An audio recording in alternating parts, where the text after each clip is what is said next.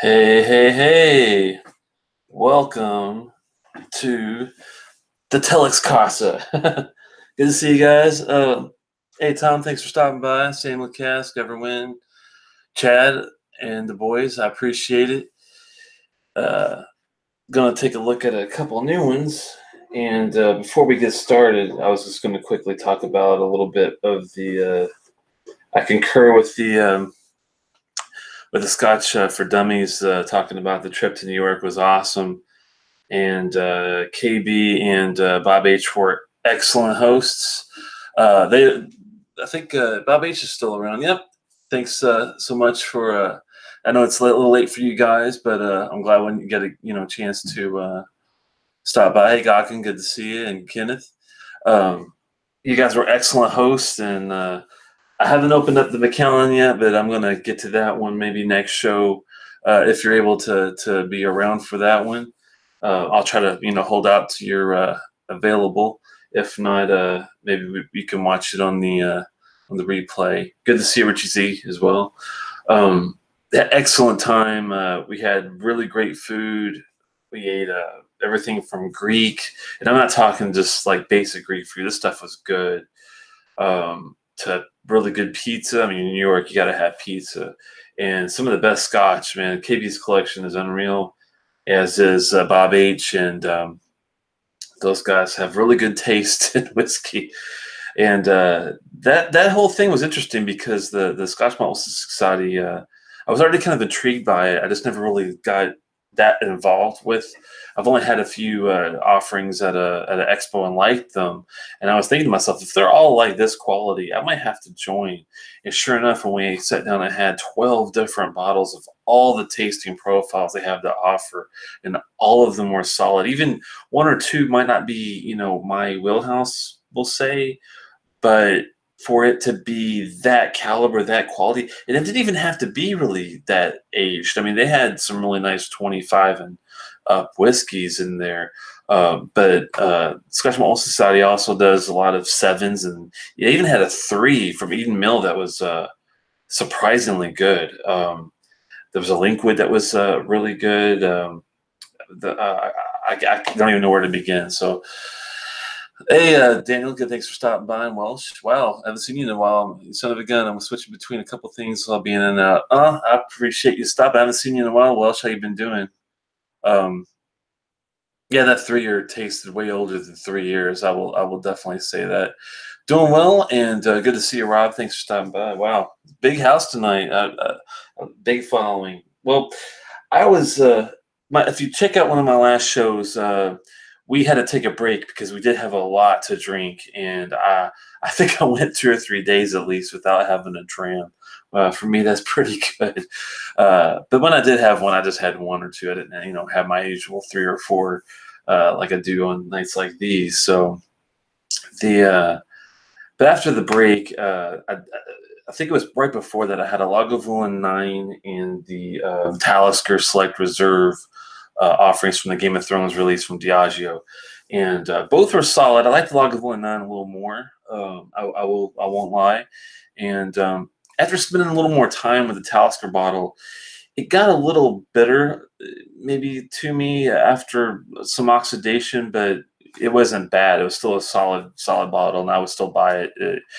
They don't last very long anyway to get that oxidized. So, I mean, that's only like a $50, I think around that $50 bottle. So it's not that big of a deal. Now, the really good price I found recently was this, the Singleton. It's the also done by, it's the Glendullan distillery, but the Singleton is released. They also do one other distillery. I'm trying to remember which one it is. They do the Glendullan and one more. It's a, I want to say it has is it Macduff maybe? Someone will know in the comments. Refresh my memory. I can look it up, but I don't want to cheat. There's another distillery that they also just release distillery bottles. So this is still a Glendullan release, I would consider. It's noted as select, and if you watch my other video, I've talked about how sometimes when you see select, reserve, it doesn't matter if it's General's Reserve, Master's Reserve, Founder's Reserve. Sometimes that's kind of a scary thing for me to hear because I know it's going to be NAS and I know it might not be the best quality, but we're going to give it, the benefit of the doubt. And it's only $35, 40%. So it is on low ABV, but if it's, I'm going to, my threshold with this is going to be something like a Highland Park Magnus, a really good $35 bottle, something like a Monkey Shoulder, something, Johnny Walker Black, somewhere in that range is going to be like my what I weigh it against. Of course, I'm not going to put this up against something that costs, double the price. It's just, not fair. But we'll take a look at that one first. Then we've got the Night's Watch Oban. They didn't have this when I first went by. They only had the first 6. I think this is a 7 release. Quote me if I'm not correct on that. Hey, Stephen Connor opened up the Fish Shill 18. I sent him very nice. I sent him some salsa. Very nice palate, better than Nose. Nose is just a little shy at first. You definitely need to open yours up soon. Oh yeah, I think it'll be a Christmas special Christmas episode this year around Christmas time, maybe between Christmas and New Year's. I'm gonna be traveling to Kentucky to visit family during that time, but I'll figure something out. But anyway, 43%, little extra boost there. The Obans I've enjoyed. It's a Highland, though. It's not really my wheelhouse. I don't try to be too, picky with it because I'm more of a Speyside or Isla, Campbelltown, Islands kind of guy. But, I like the Oban Little Bay. The 14 didn't do a lot for me. Never had the 18. The Distiller's Edition was pretty good if I remember correctly, and I haven't tried this, so I thought this might be a good, maybe a good, chance to see if I'm getting, might get me more into the Oban offerings. The funny thing about it is to me is it's a very dark bottle. Even the bottle itself is very, it's a dark one. I'm surprised the marketing department thought. I mean, this might have smoke in it. I don't know. Usually, I've heard Obans aren't necessarily the smokiest, peatiest whiskeys. Maybe slightly. But I'm surprised they didn't pick their Talisker or their Lagavulin, especially the Lagavulin, 'cause that's a really nice smoked whiskey. I'm surprised they didn't choose that for the dark bottle. But maybe they'll surprise me. You never know. I like to be surprised. So anyway, let me get this water bottle out of the water glass out of the way so you guys can actually see it. But yeah, it's pretty nice. The only thing that's this is very dark for 40% AS. I'm not sure if they do a little E150 in there, but I'm sure they probably do because there's a lot of guys that a lot of distillers do that nowadays, and both of them are fairly dark. As you can see, that's the Oban over there. But that's okay. It's all about the taste, I'd rather have it natural if I can get it that way, but I'm not going to be too overly critical because, I've had a colored Dalmore 18, and it's damn tasty, I have to say. It might be a little thin for my palate, but, it's still not a bad tasting whiskey that I actually would still get to this day. So anyway, let's take a look. We'll start with the Glendullan. I think would be a good choice because I think the Oban's going to be a little more thick, a little spicier, more flavor of some sort. I have a feeling. So we'll start with this one. Not really any legs to speak of. A little bit. There we go. It's but it doesn't look overly thin. Thankfully, it looks like it's going to be a medium mouth coat. So that's good. Wish we had a little age, but for $30, it's kind of tough to complain too much about that.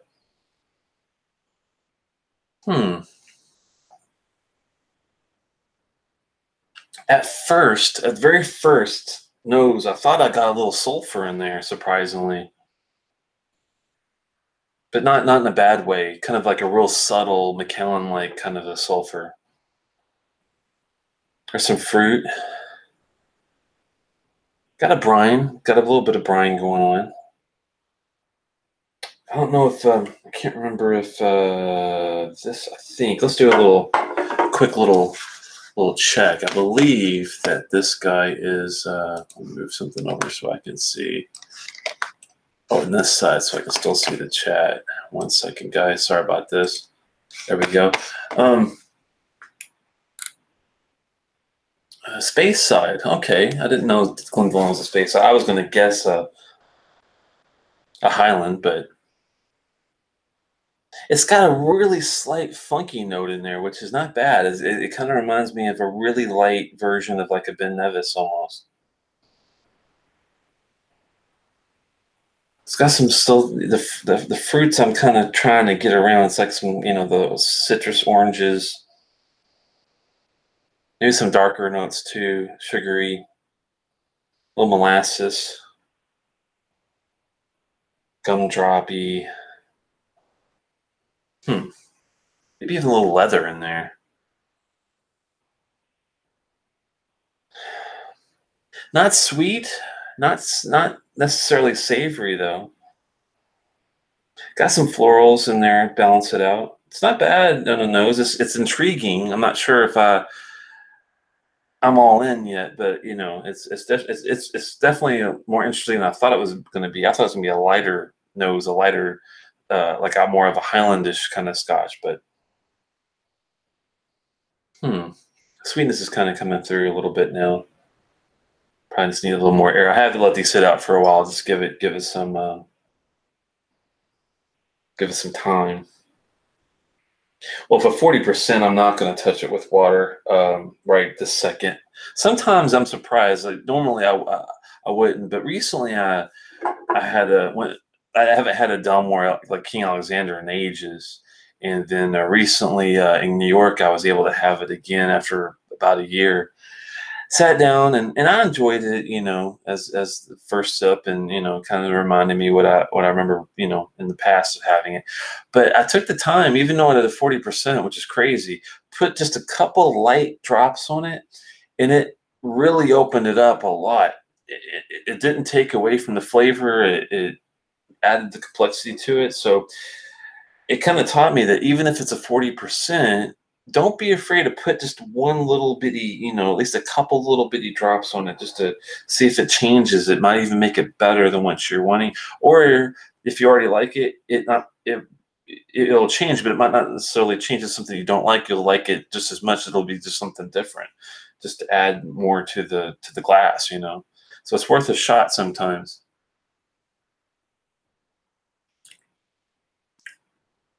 Hmm.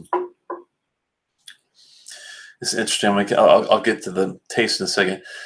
Tom asks, doesn't the Oban bottle have a black plastic wrap on it?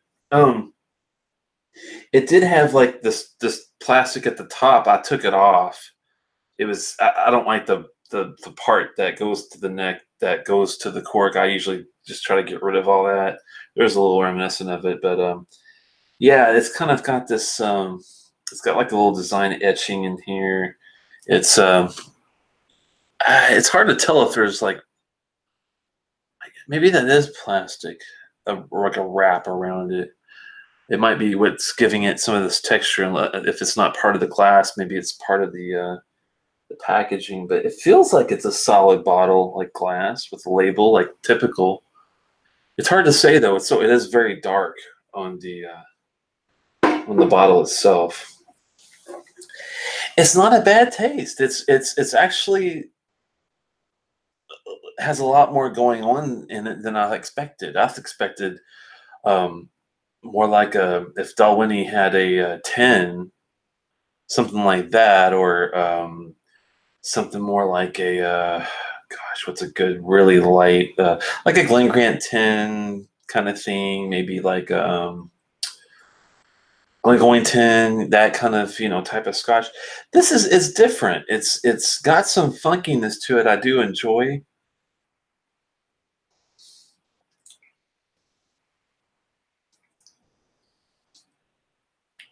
It's got some toffee, it's butterscotch notes, Caramelization's good. It definitely doesn't burn. I mean, it's 40%, so I wouldn't expect that anyway. But very easy to drink. Has a little smoke action, not heavy smoke by any means, but subtle, like a little subtle smokiness to it. Might be part of the sulfur I'm getting. Matchstick kind of thing. Kind of reminiscent of it doesn't have the heather a Holland Park would have, but it has that kind of matchsticky note you get from like a 12 if you're reminiscent, if you know that. Really nice, like Werther's original finish to it. Oh my, I'm surprised for the price. It's much better than I expected it to be. Which so far these offerings have been pretty solid. Is it the most complex thing I've ever had? No, by no means. It's not supposed to be though. It's supposed to be I would think, like I said, something reminiscent of Magnus or Monkey Shoulder type of offering where it's something you could sip and go through, and hopefully, I don't know if this is any different than their. I mean, it says select, so it might be a different offering that Singleton has outside of this. I heard there was one. I can't remember if it was the Cardew or maybe Royal Brockla. But one of them, they actually is the same juice they offer in their regular deal, but I'm not sure if that's true. That's what I heard at least. I don't think this is the same though from what their usual deal is.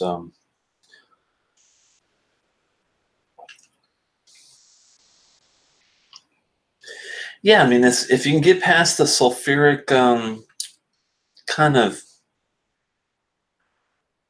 tinge to it, it's actually really good. I'd have to be in the mood. I wouldn't necessarily drink this, before I would go for something like the Magnus or I don't know, like a Glenmorangie Lasanta or something like that. But if I'm wanting a little something kind of more along like a Ben Nevis 12 or 10, is it 10? 10. Ben Nevis 10 or like it's not near as good as a Springbank 10, but if Springbank had like a 5-year, maybe it would be something like this, I think. It's not as earthy though as a Springbank. It doesn't have that going on for it, which I think would be better. But it's a lot cheaper. I mean, Springbank 10 here goes for $70. This is like 30 to 35. So, Hey, Trinancy, good to see you. Wow. I don't know if you've ever stopped by before, but you're more than welcome to hang out for a dram. Hopefully, you guys have something close to this you can enjoy with me at the same time. Let's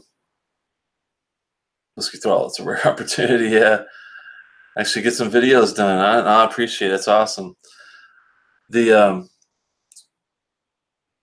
What are your everyday go-to whiskeys? Are you asking me, Sam, or is that for someone else? If it's for me, everyday go-to, man. I've been getting into so many different distilleries. It's hard to pick one, but lately the Balvenie actually been my go-to. The Doublewood 17. I don't like the 12 as much. Probably because I'm getting pickier as I get to dabble in a little bit of the older stuff. But the Balvenie Doublewood 17 is kind of a really solid, good go-to, I'd say, right now for me this week. Next week, it might be something completely different. Out of this series, so far, I've only had 4. Well, we'll try the Oban here in a second, but the Lagavulin and the Talisker.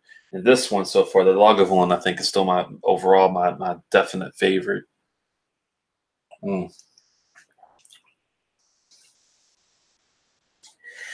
Not bad, but I have to be in the mood for this. It's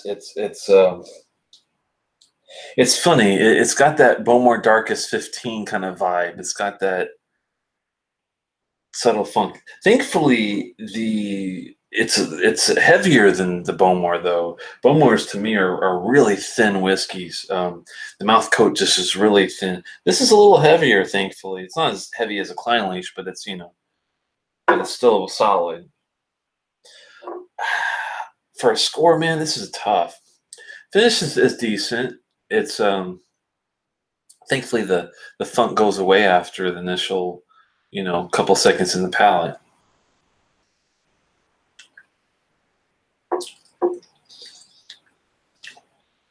If you can hang with the butterscotch caramel, if you're into that, it's a really good finish.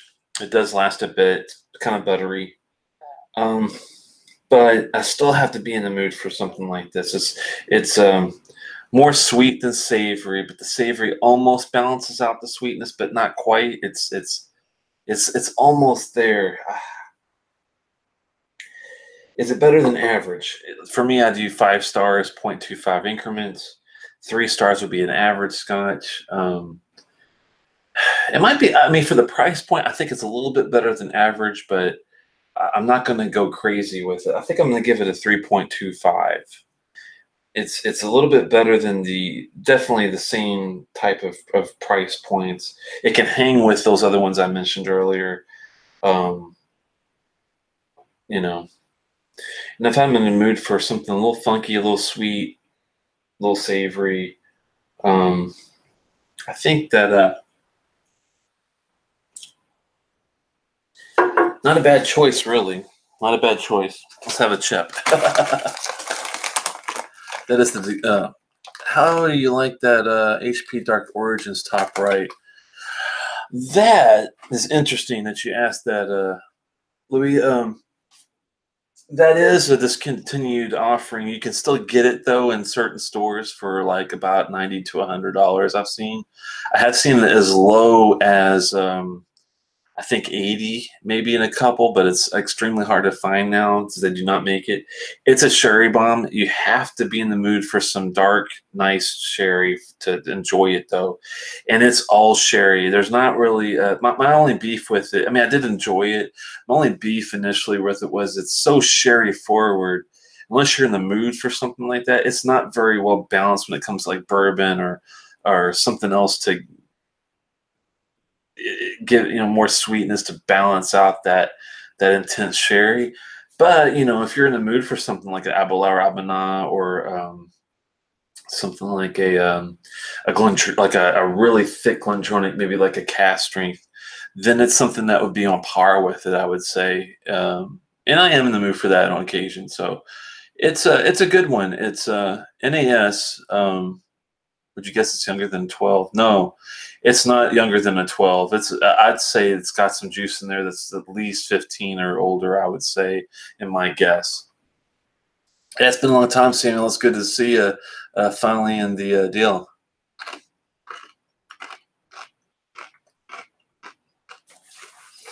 Yeah, Trini was saying it tastes like plastic to me.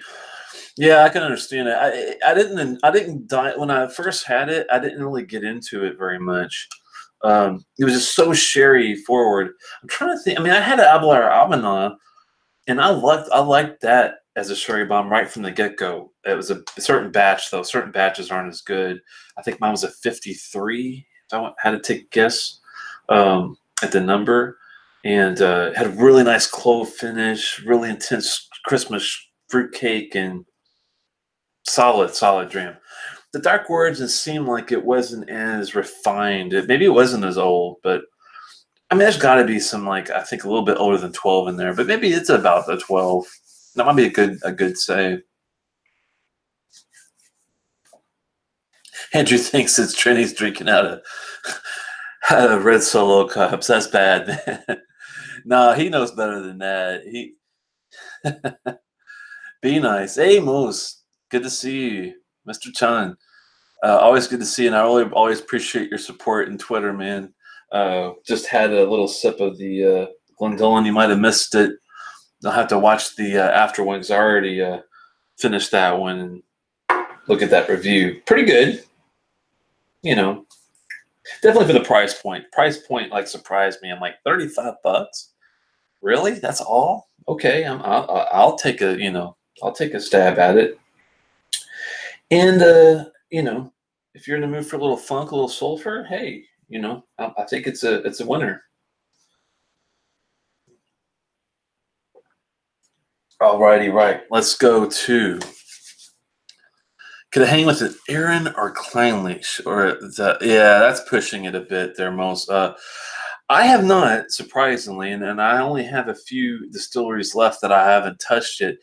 The Aaron is one of those I haven't tried yet. I have seen the Smuggler series at my nearby store, and the guy that I trust to get me good stuff, he did say that one of the Smugglers might be worth a look.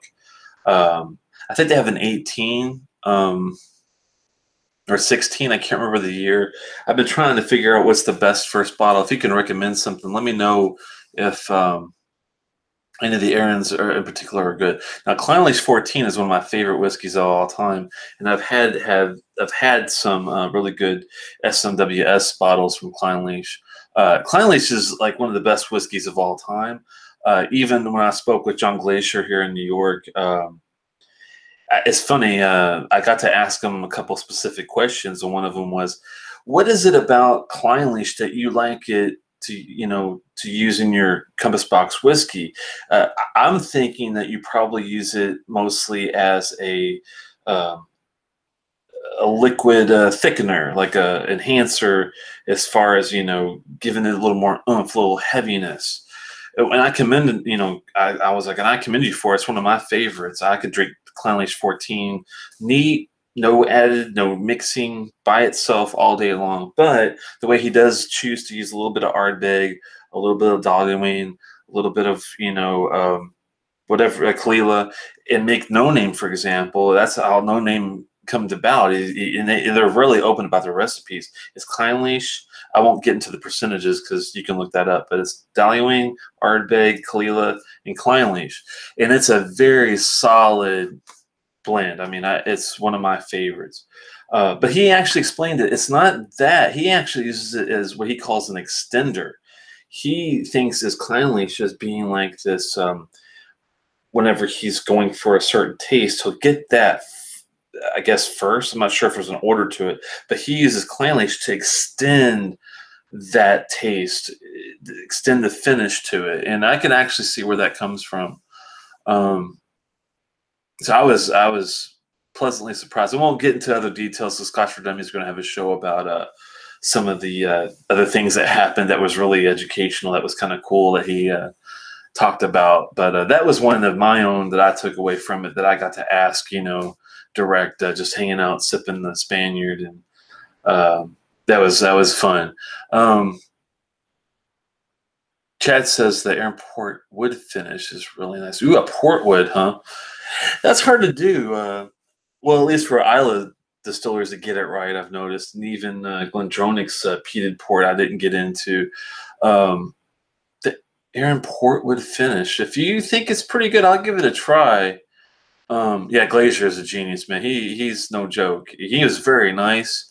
It is funny because when Dummies were not joking. When we sat down, and after they had the interview and we were filming, and then after we filmed, and we sat down and talked about the Spaniard and found these different things. I won't get into now. They'll share their video later. But once we got like talking and I got to ask that question, I think it intrigued him because we wanted to know about like some of the science behind it, not just, flavor profiles and, crap like that. We wanted to know kind of how he thought about the process and how well things were chosen a certain way. And I think it intrigued him. And when his handlers came in and were like, dude, they're like, you got a party to attend to. He was like, we're staying right here and we're drinking and we're talking about scotch. Pull us another bottle. We're gonna do a flight right here. So he was very cool with that. And Bronco, you're correct. Mortlock gives blends. That's funny because one of my first videos, if you go back and look at my very first videos that I ever did, was when I had this bottle of, it was a Mortlock Classic Cask 11. And I'll be honest, that may have some nice sourdough savory notes to it, but it was kind of one-dimensional to me. It didn't have that profile that a Clynelish 14 has. It needed something else. So I also had a bottle of Glenkinchie 12, and I'm not a Highland guy, or I'm sorry, is that a Lowland or a Highland? I can't remember. I mean, take a quick look at that. It's very light. I do know that. I wouldn't be surprised if it's Lowland. I think it is a Lowland, actually. If I'm Yeah, Lowland. There we go. So it's a a lowland. It's got some floral notes that are nice. It's kind of sweet, but it's very also kind of one dimensional. It doesn't do a lot for me. But I took the Mortlock 11 and the Glenkinchie, played with 50-50, 60-40, 70-30, and played with it and did kind of my own little blend and made it where it was actually a lot better than either one by itself, which is what you're shooting for when you're doing your own blends. So that kind of was like a self-taught kind of thing I did, and it's funny because that you mentioned that if I'm going to start blending anything, I'm going to go for definitely. It has to have either Clynelish, a Mortlock, a Longmorn is also a good one. It's very savory. It needs some sweetness to go with it. I don't have any to play with, but I would love to sit down and play with a Longmorn and a Ball Blair together. I bet that would be freaking phenomenal because the Longmorn is a very, very nice, spicy, savory dram, and the Ball Blair is a very nice, like a sweet, floral, thick. Oh, it's just great by itself. It's I don't even want to blend a Ball Blair. It's that good. Or really, Longmorn 16 is really good by itself too. But I'm wondering if there's like a sweet spot that if you play with those two whiskeys, like a Ball Blair 99, for example, and a Longmorn 16, if there's like a way you could get something really, really nice out of that. I bet there's I'm gonna have to get a couple bottles to play with. Anyway, let's get to the Oban before it gets crazy. Like Longmorn 16 blended with the Ball Blair 90. Yeah, that's exactly what I'm thinking, Tom. Just for curiosity, might have to play with the percentages. Like I said, I think I would go heavy on the Ball Blair and slight on the Longmorn because the Longmorn is a very spicy, like Ethiopian sambusa, like one of those spicy wraps.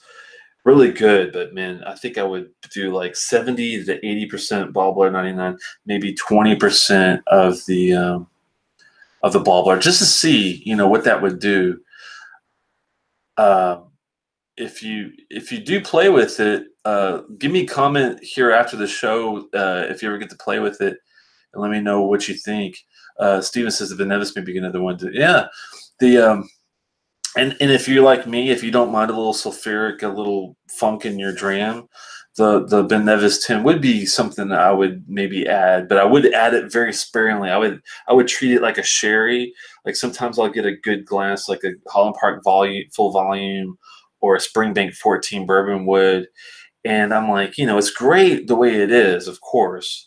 But I might be in the mood for a little PX sherry with it, so I'll get an eyedropper out and I'll just take a little couple drops and I'll add it to it, and it peps it up. And I've got Amontillado sherry upstairs right now that's ready to go. And sometimes if I'm got a basic bourbon type of scotch, it's really good, but I want a little flair to it.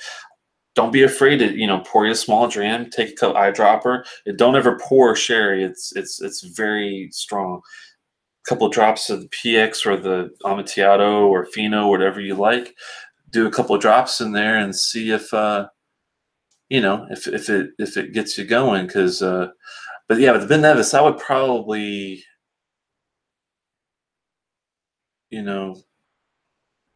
use something like that with, I don't know, maybe like a Tomatin 12 and maybe like a couple dabs of Ben Nevis 10 or something like that might be interesting. But yeah, it's fun. It's part of the fun is playing around and doing your own thing. That's what I learned from Compass Boxes. If they can, yeah, they have a really nice way. When he finds his recipes, man, he gets to like the point, 5 of one thing and 0.5 of something else, and 70% and 20%. He gets really particular. I might not get to that level unless I'm really wanting to take time to play around, but you can always find a couple, maybe 2 or 3 scotches to play around with and come up with experimentations like that. That's part of the fun, I think. But anyway, back to the Oban. This is that night's watch that didn't get released right away. They had these first six open for a while, and that's when I got the Lagavulin and the Talisker. Well, I wish I got the other ones right away because they're all sold out. They don't have any Klein Leash. They don't have any freaking Dalwhinnie. They don't have the what's the other ones? You know what I'm talking about. I'm missing like I think 3 of the regular the Cardew, Dalwhinnie, and the Klein Leash are the 3 I don't have. Hopefully, I could find them somehow, some way. But after a while, they did release this one finally. But then they only had this one. It was the only other one they were selling. I'm like, well, damn. And I think they had a couple Lagavulins left, but that's not going to, get you anywhere. Ooh. Now this one's a little pricier. This was only about 30 to 35. This one, I think, if I remember correctly, was around 70 to 80.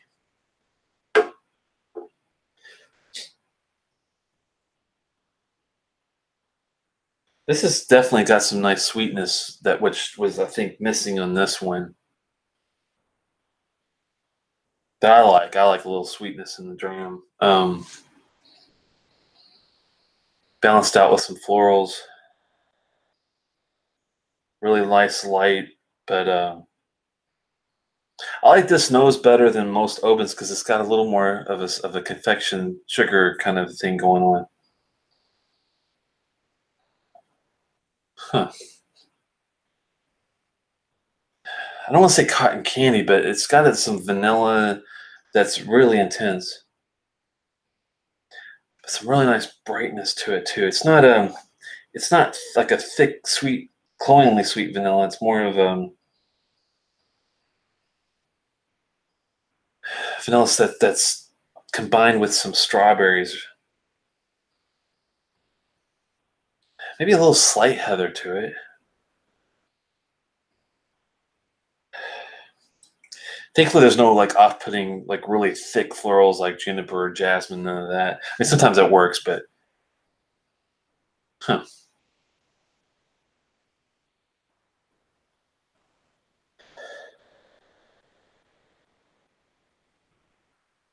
Not getting any smoke, but I'm getting a maritime slightly too. Not savory though. Maybe some hay. Thankfully, no sawdust. That's more of a green. Let's see what we get.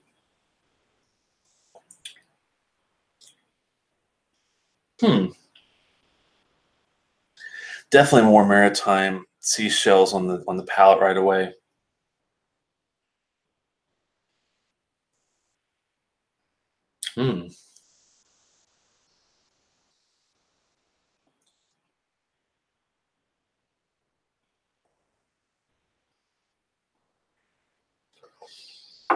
Well, I hate to say it, but quality is much better on this side, but the price difference is there too.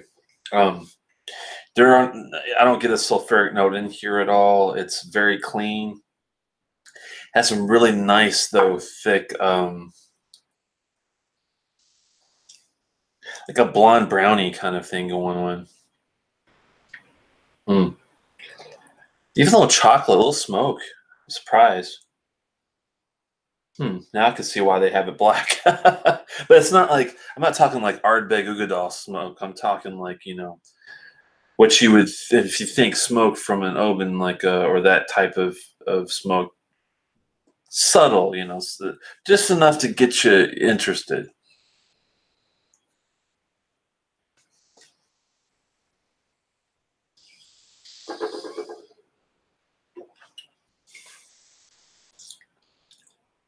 Also some caramelization going on in this one, like the first one, but this is a little easier to enjoy because the funk was getting a little heavier with this one as time went on. Not Ben Nevis, but close. It was close. This one is definitely a little has a little more sweetness, thankfully, to balance it out. but still has the little brine, kind of like the Talisker. But this is even better than the Talisker, I think. I think I like it better than, surprisingly, because I love Talisker. The 10 is like my favorite. Love the 18, love the Storm, Dark Storm, definitely. But this one is, I think there's more smoke in this one. In the Talisker, it didn't really have any smoke in it. The Select Reserve, if that's the name. Yeah, Select Reserve. Sorry, had to go check it out real fast. That was a more of a fruity Talisker with some briny maritime stuff. This is actually, Roland Lochnar. I forgot that one. Thanks, Samuel. That's another one I need to snag. I think that's the one that uses the same juice though as the 12 regular. I have to double check that to see if I'm not hearing that incorrectly. But would you say the Dark Watch is around the age of the 14? Age is a tough one with this, man, because this is the smokiest Oban I think I've had. I think. This is kind of strange. It kind of threw me for a loop because this has the smoke of a typical Talisker, but the Talisker had the fruit of a typical Oban. It was almost like they decided let's make the Oban like the Talisker, and let's make the Talisker like the Oban. It's crazy. I mean, they're both good. They're just so different than their usual stuff. That's not a bad thing. It's just, I'll be honest. I'm not usually a big Oban fan. Like when I had the 14 the first time, I was kind of like, yeah, it's okay. I didn't really think much of it. And then I had the Little Bay because people started talking about it being like pretty good. And hey, good to see you, everyone. Yeah, I would pick this one up, everyone, if you see this. I know you're not a Little Bay fan like most people, but I think if you like smoke, there's no peat really in this that I can detect. This is definitely a smoky dram. I think you'd be into this. Is this really got a nice sweet floral balance to the smoke? It doesn't really, what? One thing we didn't do, I need to go back just to be fair, because this has so much sulfur going on. Might need a little water in this one. Let's go back to the original. Pour just a little bit. Add a couple drops of water with the Glendullan and see. Is it Glendullan, maybe? I'm probably saying the name correctly. I'm sorry for the Scottish Gaelic people and all the Norwegian fans out there. Takk for sist. All right, let's not get crazy. Let's get like just a couple drops. More back in the glass and goes in the dram. That's the way to do it. Let's see if that makes any difference on the character of that, because maybe with the water, the sulfur will go down a little bit, whereas some of the other stuff comes alive. It's kind of hard to do that with a 40%, but you got to play with it a little bit. See if you can find a way around. Sipping tomfoolery bourbon. Oh, that sounds interesting. Bottle and Bond. Ooh, I always like BIB, man. That's my favorite whiskey that I've ever had. Is that Colonel E.H. Taylor Bottle and Bond. I still got a sample I'm gonna give my stepdad when I see him this Christmas. I'm itching to drink it myself, but I'm being good. I don't even know if you can find that crap anymore, but probably not, because I'm sure if you did, it's probably like $400, some crazy amount. You did good on the Monster show, especially being in between so many Daniel. I tried, Donner, man. That was funny. Yeah, man. Daniel had me freaking going, man. Daniel, I don't even remember. I fell asleep down here. I didn't even make it to the bedroom. My wife woke me up the next day, and she's like, "What happened to you?" I blame Daniel and Swami. They got me going in my Glentronic cast strength, and I finished that sucker. I drank that whole damn bottle. I think I had like a half of that left. I might be wrong, but Man, and I only have like half of my Helen Park 25 CWC over there. That's sad. We drank a lot of whiskey that night. That was fun though. We had a good time. That's what it's about. I didn't have a headache the next day, at least. I didn't. My stomach didn't feel all that great, but my head was fine. There's still some sulfur going on. Let's see if we can tame this down just a little bit with a couple more drops. It's amazing how much is in there. I mean, it's amazing how thick that is, but this might actually make it worse. Sometimes when you get, something and you're trying to tame one note down, like a sweetness or a savory note, it might actually enhance it, which, isn't what you're looking for, but at least you tried. That's the whole point. That was an awesome slab. Yeah, we'll have to do another one soon. I'm sorry, but I get no sulfur with the Glen. No fusty. That's like a cheap Macallan. Huh. Well, thankfully that water tamed it down. I'm really. I think some people are more. What's the word for it? Sensitive to sulfur. Like I'll actually enjoy it most of the time. Mark Broda from the Dummies, he's like he can detect it in Macallan.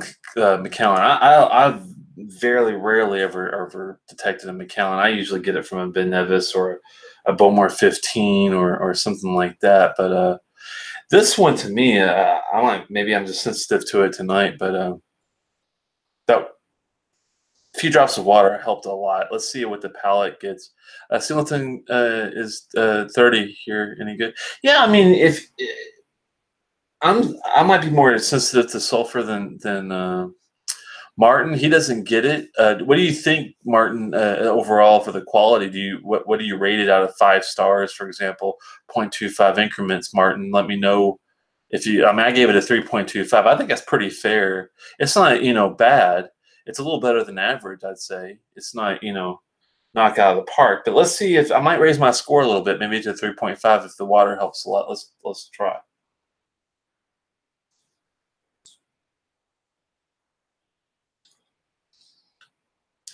Thankfully, I did take the funk down a bit with a couple drops, a couple extra drops actually.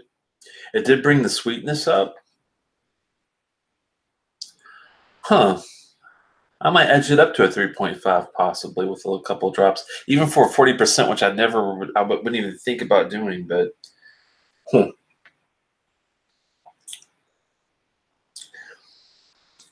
some people might call it matchstick instead of sulfur. I've noticed, but that's where I get it from.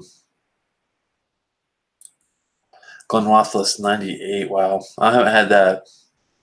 I rate the Singleton the same as you, 3.25 to 3.5. Okay. Yeah, the water made it much better for me, surprisingly. And I usually don't try to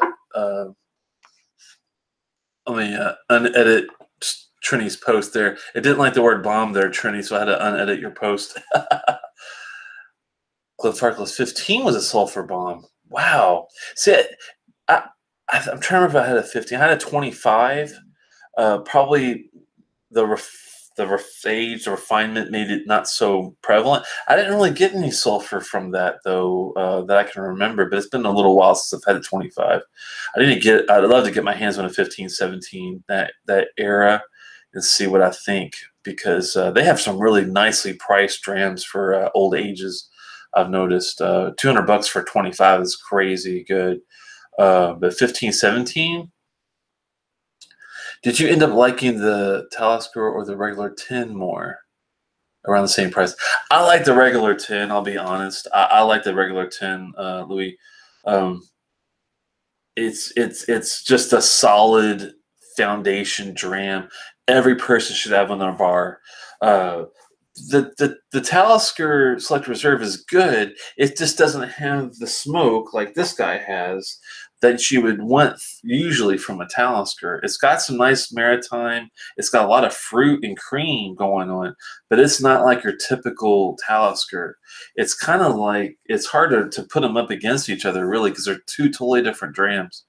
not even close to being the same. But what made the Lagavulin 9 so good was it was a lot like the 16. Maybe a little more vibrant because it was a little younger with the peat, but the smoke and the refinement was still there. That's what makes the 9 such a good, I think, offering to try. In my opinion, that's still, I think, this is a close second, man. This is definitely up to a 3.5 with a little bit of water. I have to say, I bumped it up. It's definitely is as good, if not better, than the Magnus, in my opinion. I like both, different reasons, but with water, I think I like it a little bit better, unless I'm in the mood for that sulfuric, funky note. But this Oban is actually the best Oban I think I've had so far. I can't remember what I thought about the Distiller's Edition, if I had that one. The 14 wasn't really into. Little Bay was pretty decent. The 18 I think I've had, but I think I like this one a lot because it's got some really nice smoke going on to it. Huh. And the weird thing is you don't really get it out of the nose. You get it off the palate, which is kind of cool. It's so much on the palate, but you don't get it on the nose. It's almost like, hey, I fooled you. Is anybody that got the card? I don't. I know the Scotch for Dummies has it. They haven't reviewed it yet, but Louis says that they've got a review coming out Saturday. That's cool. Is it Oban or Claggermore that smells like armpit? I would say you're probably talking about the Cragganmore because it has more of a I'm not gonna. I've only had their Distiller's Edition, which it's okay. It's like a port. It's a little thin to me, but it's not bad. It's probably a 3.25, 3.5 kind of dram. But the Oban has a better nose, typically, I think. I guess luck is not on my side because our state liquor board decided to opt out on purpose. Oh, Mose, that's bad. Martin's got the card, but haven't opened it yet. You gotta open that sucker, man. What the hell's wrong with you? You gotta open it. Hopefully you got 2 bottles, one to open, one to save, if you're one of those guys that are trying to make a little buck. But it's people like that, man, that make whiskey so damn expensive. I wish you guys would stop doing that stuff and just buy the stuff and drink it like normal people do. Because when I get this stuff, yeah, I'm gonna put the nice can on the shelf, and I'm gonna put the bottle behind it, but the bottle's gonna be empty. That's the point. And yes, I might, if I can find it again, if it's not like a ridiculous amount, I might buy another bottle if I like the offering. But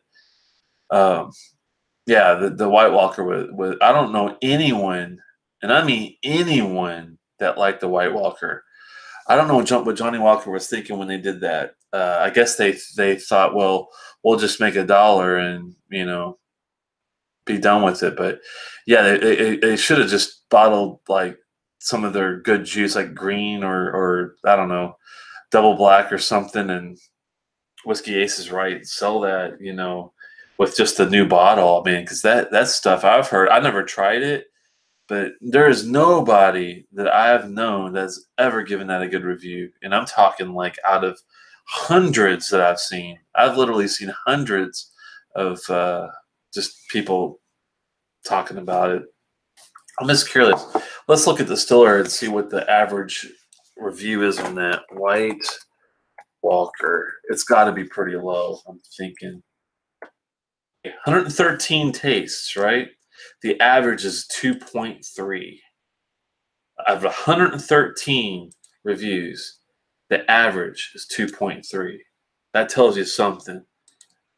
And I'm not sure if hopefully no one from Johnny Walker watches this channel. I don't usually do blends, but if they are, man, I'm sorry, but you guys got to step up your game. I mean, you let freaking John Glacier walk. That was your first mistake. Anybody let that man walk away from their Empire is out of their freaking minds. I would have been like, all right, John, what would you like to do? Phenomenology? All right, we'll make it happen. Oh, no name? All right. What else do you got? Spice Tree? Hell yeah. Oh, you got something called the Muse? All right. We'll do some of that. I mean, they got so many good bottles. It's crazy that they just let him walk away. That's a whole other thing. White Walker is flying out of the Indian store, no accounting for taste. Yeah.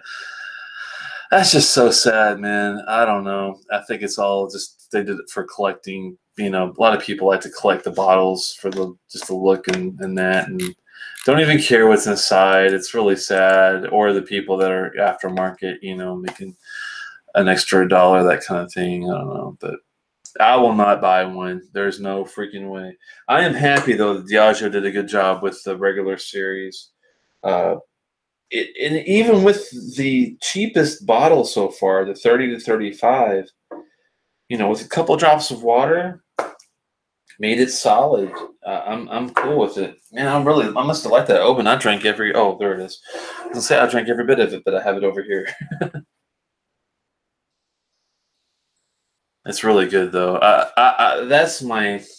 I'm trying to debate on if I like this more or the Lagavulin 9 more. That's a tough one. I heard the Kleinlich is really good too. If you guys get a chance, if I was going to buy from what I've had and from what I've heard, if there's only 3 out of the series I would buy, it would be the Oban, the Lagavulin, and the Kleinlich. I think I've heard the Delaware is pretty good too, but that I'd have to. I gotta try. I've heard it's as good as the 15, which is a solid dram in my book, and I don't typically like. The Highland, kind of thing. But Donnelly 15 is a good dram, and if the Winter Frost is good or better, then I think I'd have to do it. He's got the Glag and the Kleinlich, you lucky bastard. I would buy again both, yeah. I think you're on the money there, man. This is solid juice. Anybody else drinking the Oban tonight? I'm just curious. If you bastards are just collecting, you better open up that bottle and enjoy it with me. I'm going to pour a little more, actually. This is really solid. It's funny. It's like, no, it's not, I'm not going to put it up there with an Ardbeg Ugadal because I miss, the peat aspect. But if I want a dram that's almost as good as an Ugadal, and the only difference really is it doesn't have the peat. That's what this Night Watch is like. That's my opinion. Really nice smoke. I mean, chocolatey. It's like an Oreo chocolate, devil's food cake finish. It's medium length. It's pretty solid, man.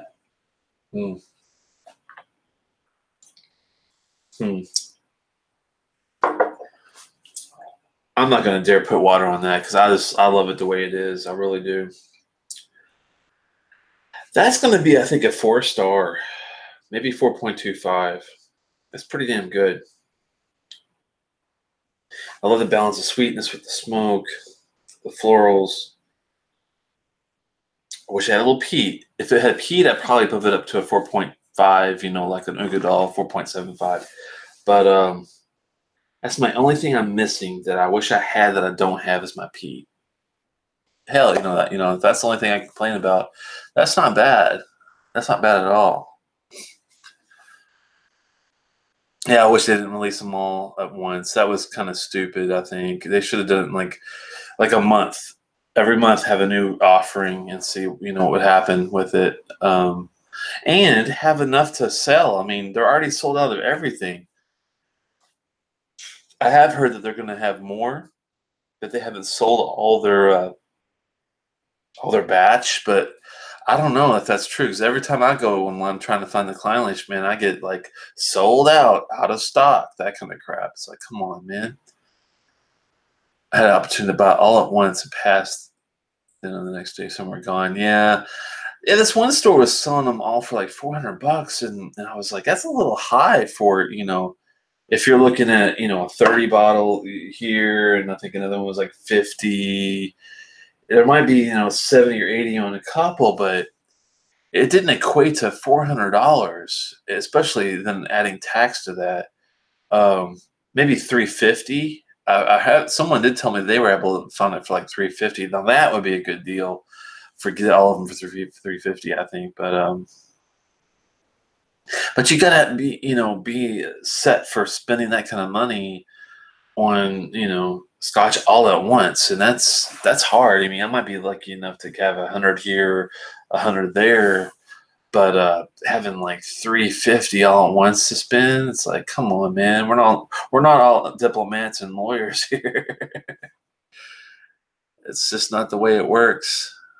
I think the lag and the cleanliness were 70 each for me. Yeah, that sounds about right. Because I think my Lagavulin was like freaking close to 80. I was like, geez, you guys are killing me. Oh, he's fading. Dawkins fading. Can't be doing that, man. It's early. Not everybody rich like Rob. Yeah. Which Rob? We talking about Whiskey in the Six? Did he buy them all at once? Probably. I thought he was a teacher. How the hell is he making all that money as a teacher in Canada?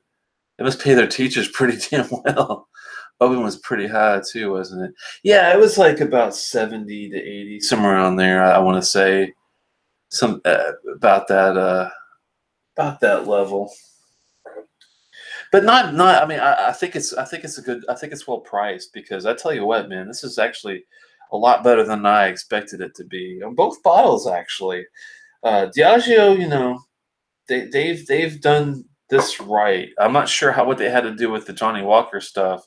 Hopefully nothing, but the this series did really well, I have to say, as far as quality. And I just hope that they have a little bit more that they can sell, and not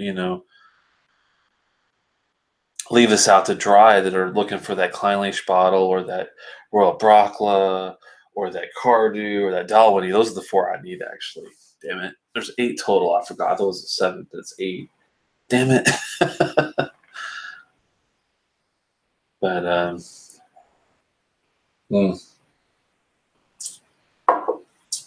maybe a little heavier on the mouth coat. I wish the Oban was, but that's my only that and the peat. That's only 2 things I could think of that if I had to really nitpick and say that I wish it was a little different. But man, that smoke and that sweetness, that chocolatiness, and overall is pretty solid. And for 70-80 bucks, I think that's not a bad price.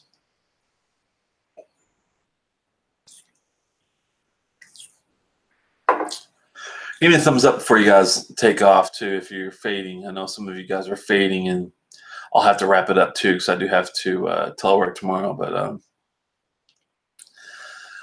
well, you wouldn't buy the. I would, the Royal Knocknagar. I mean, I've heard this. I think that's the one that has the same juice though as their 12 that they offer, the regular, bottle offering. But I think it's hard to find in the United States. I think it's only sold overseas. I was lucky enough to try a sample of it, because I have a friend that does a lot of travel. But I think that's what happened. I think they sell it over in Europe pretty regularly. It never was really released in America. And for this is more of an American offering. And I think that's why they just chose to do the Royal Brocla 12 just outright, sell it that way. But pretty good juice, I mean, probably another 3.25, 3.5 kind of thing. I'm going to try to find a bottle if I can, I hope. Are you for real? You could buy a shelf of scotch. Just found the full sale for $2,500. Yeah.